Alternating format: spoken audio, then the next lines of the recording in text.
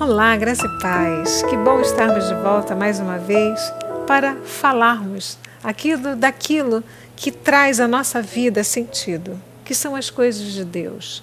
Nós entendemos que precisamos ser direcionados todos os dias pelo Senhor.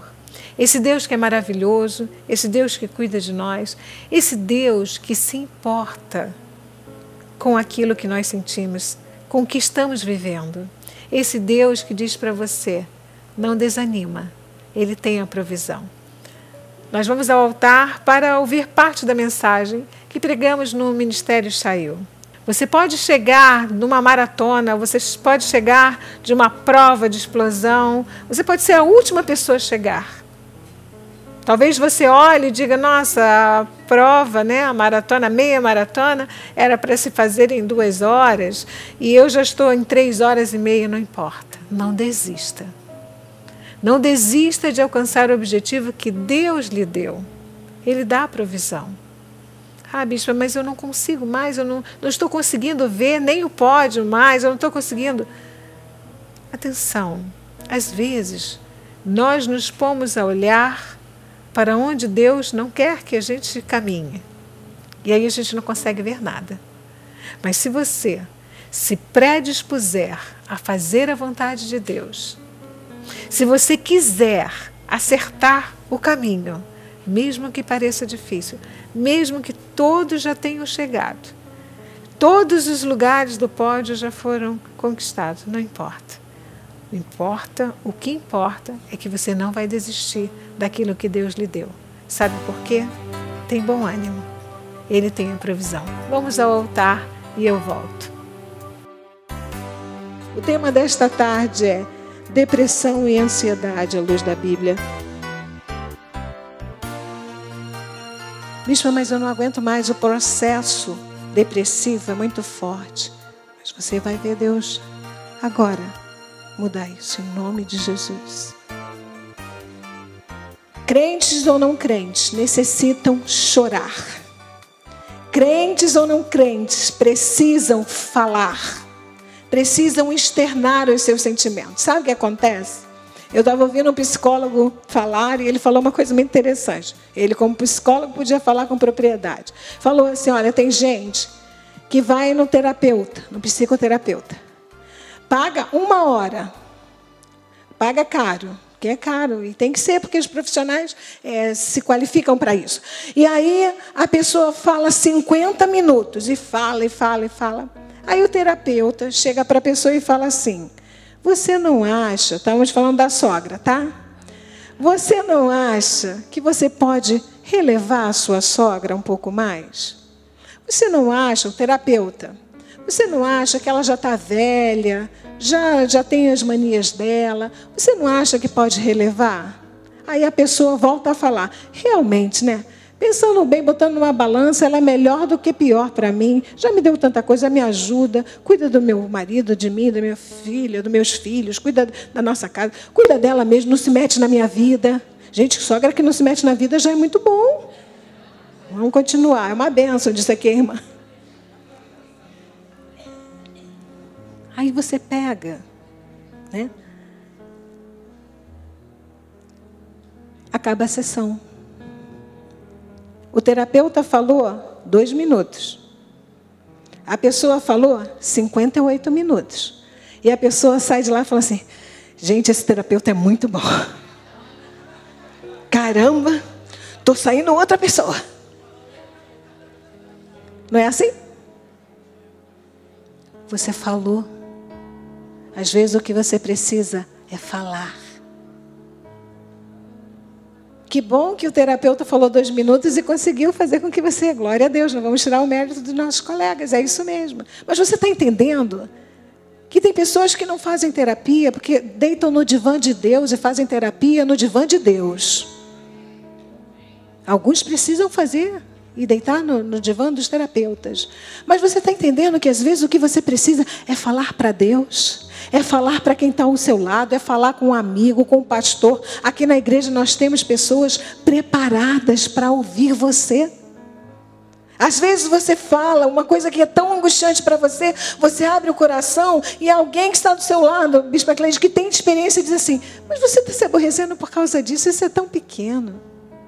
Tem tanta coisa grande no mundo, deixa isso para lá, vai ver a sua vida. Aí você diz: caramba, nem paguei psicoterapia, mas eu saí daqui renovada.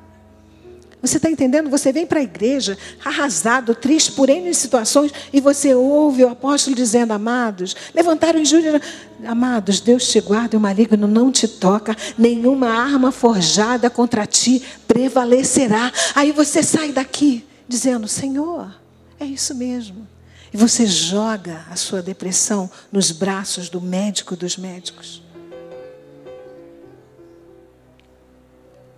Aleluias. O tema de hoje é depressão, né? Angústia nós vamos falar no próximo culto. Alguns irmãos acham que depressão não pode dar em crentes. Tem gente que acha que crente não tem doença. Crente tem doença, as chagas de Cristo curam e às vezes Deus permite que a gente seja curado pela medicina. Ponto. Entendeu? Amém mesmo, minha amada querida. Em Marcos 2,17 diz assim a palavra do Senhor: tendo Jesus ouvido isto, Jesus estava comendo com os pecadores. Tendo Jesus ouvido isso, os fariseus estavam falando: mas ele come? Estavam escarnecidos, né? Estavam escandalizados, peço desculpas por isso. E Jesus, tendo ouvido isto, respondeu-lhes: os sãos não precisam de médicos, e sim os doentes. Não vim para chamar justos, e sim pecadores. Então, se você for acometido por qualquer que seja, ou quaisquer que sejam as doenças, Jesus veio para você e para mim. Ele veio para nós. E dentro dessas doenças pode estar esta maligna que tem invadido. Gente, tem invadido do rico ao pobre. E a estatística diz que é criança para adolescente, a passagem da criança para o adolescente, o adulto jovem, as mulheres na menopausa e a terceira, quarta idade, são os mais acometidos pela depressão. Não dá para fingir que ela não existe. Jesus veio para os doentes. Então Jesus veio para quem tem depressão? Sim, Jesus veio para quem tem depressão. Para curá-los? Sim.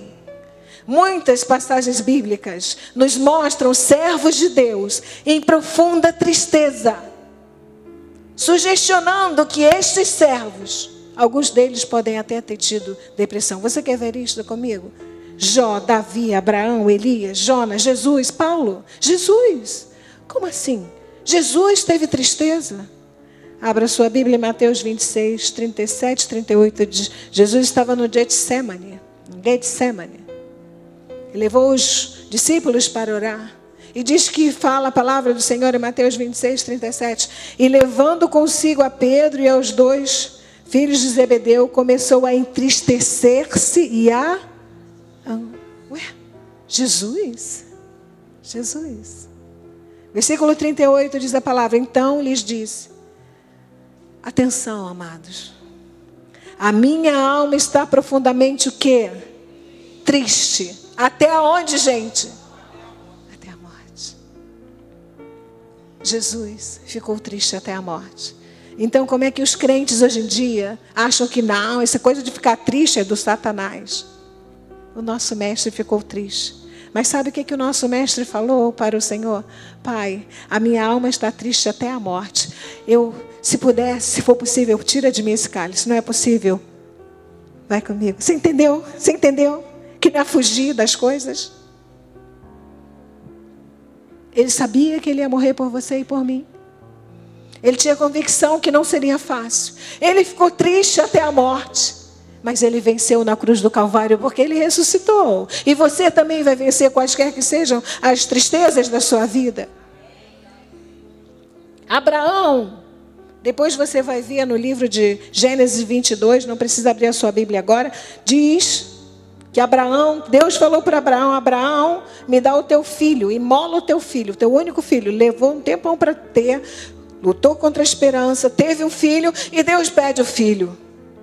Gente, diz a palavra que enquanto ele andava para aquele monte, que depois virou, que é o Monte Moriá, o Monte da Provisão, onde Deus providenciou o sacrifício. Imagina a tristeza daquele pai. Alguém aqui pode imaginar? Se você nunca pensou, pensa agora. Você, quem é mãe aqui? Pode levantar a sua mão que você já é. Só não está lá de fora. Nós temos uma gravidinha aqui, então já é mãe, né? Imagina Deus falar assim: me dá o teu filho, imola, corta, deixa o sangue sair, teu filho. Vai tu e teu filho. Eu tenho 3, não manda escolher porque eu não vou escolher nenhum dos 3, mas vamos lá. Opa. Abraão estava andando com aquele filho, dizendo: Lu, você que só tem um, que está com problema na perna, mas está curada pelas chagas de Cristo. Ele estava andando com aquele filho.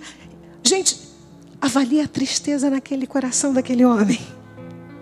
Fé misturado com tristeza, luta por fora, temor por dentro. Aquele homem dizendo: olha para os servos, fiquem aí porque eu e o moço vamos voltar. Porque a fé dele era tamanha que Deus não vai me tirar esse filho. Levou tanto tempo para me dar, mas eu vou obedecer. Imagina a tristeza, aquela mesma tristeza que invade a tua alma quando você recebe um diagnóstico de doença degenerativa. Aquela mesma tristeza quando algum parente morre. Aquela mesma tristeza quando você perde algo que é precioso. E disse que ele foi. E ele obedeceu. Mesmo no meio da tristeza, ele não deixou de obedecer a Deus. Essa é a chave, Mônica. Quantos no meio da tristeza, não vou mais na igreja, não adianta. A medicação tem que ser tomada 3 semanas. Na 4ª semana você vai se sentir bem e você vai desmamar. Você vai começar a tirar aos poucos. A pessoa quer que na 2ª semana já esteja tudo bem. Não vai estar.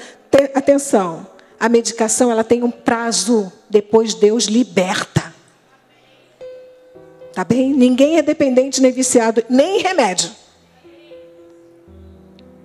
Abraão, esse exemplo. Depois você lê em Gênesis 22, o versículo todo. Aí nós vamos lá em Jonas. Todo mundo lembra que Jonas, quando fala o nome Jonas, todo mundo pensa no peixe de boca aberta vomitando o homem. É esse mesmo. Jonas não achava que o povo de Nínive tinha que ser salvo, tinha que ter liberdade, Deus tinha que abençoar aquele povo. Ele não concordava com aquilo. Muitos dos nossos irmãos em crentes não concordam que a gente não batiza, que a gente não jejua e que a gente vive por graça. Deixa Deus. Foi chamado para a graça, viva a graça genuína e ponto. Diz que esse Jonas, e tem gente que não se conforma, tem gente que diz, mas não pode. Ele achava que os ninivitas não mereciam ser salvos, não mereciam ter o benefício, as benesses de Deus. E diz a palavra, com isso, desgostou-se Jonas extremamente e ficou irado. Ele ficou desgostoso.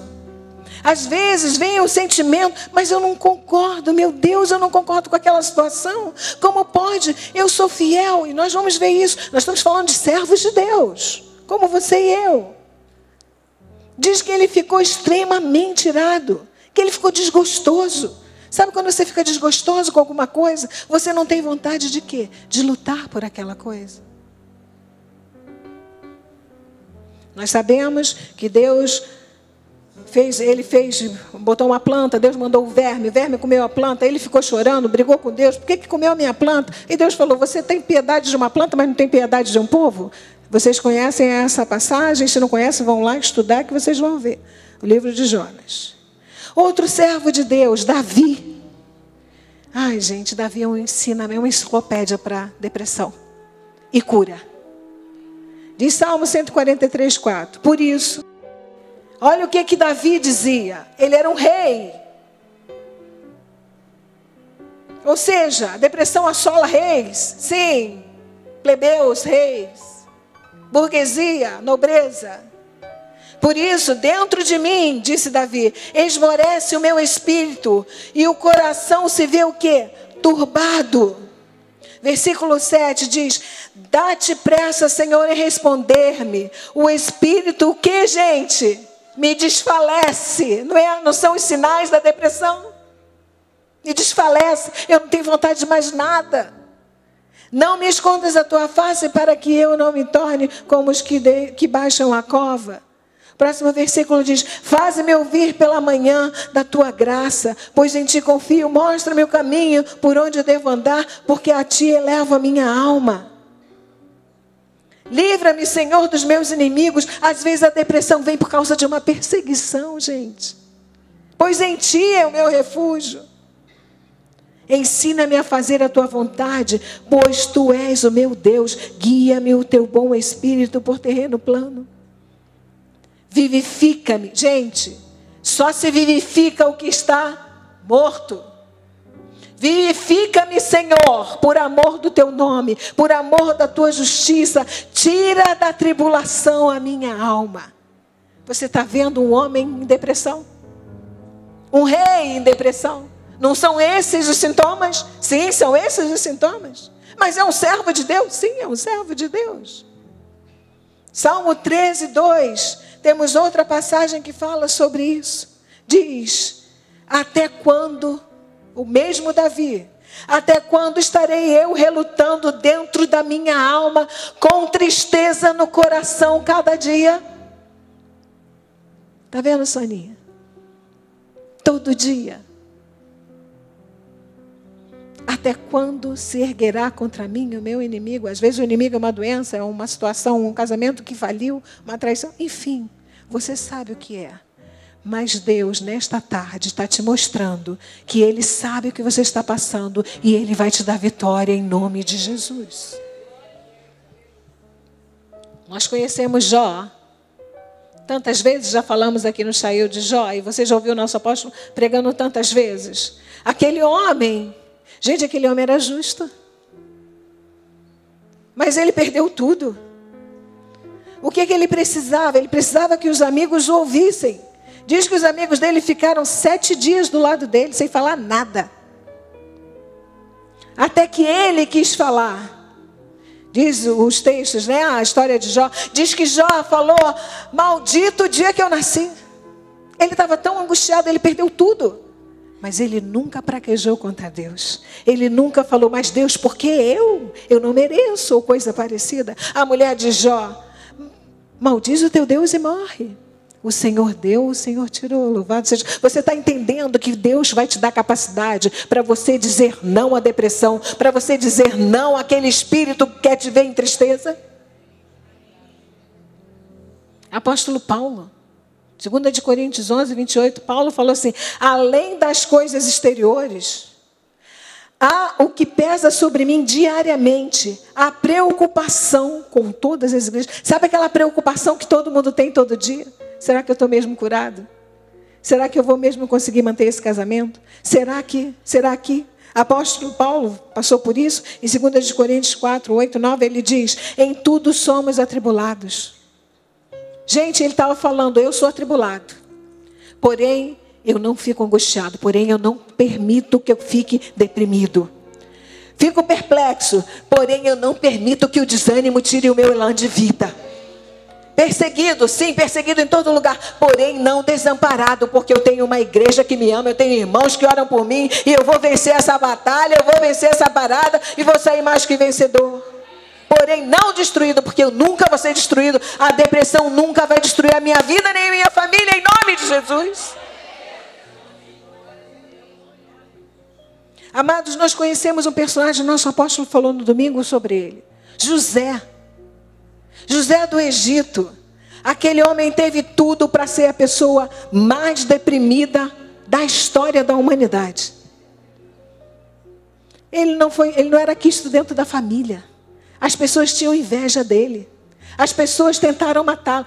O sangue dele tentou matá-lo. Não foi o inimigo, não. Foi o sangue. Jogaram-no num poço. Mentiram para o pai. Não há famílias que são assim? O samba do crioulo doido. O rendezvous de caçarolê. Né? Estavam com saudade do rendezvous, né? Rendezvous de caçarolê.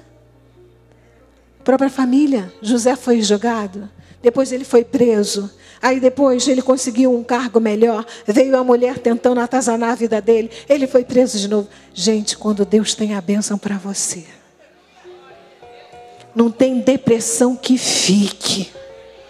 Não tem nada de arma forjada que venha sobre a tua vida que fique. E Deus te fará a segunda pessoa mais poderosa do reino, porque foi o que Ele fez com José.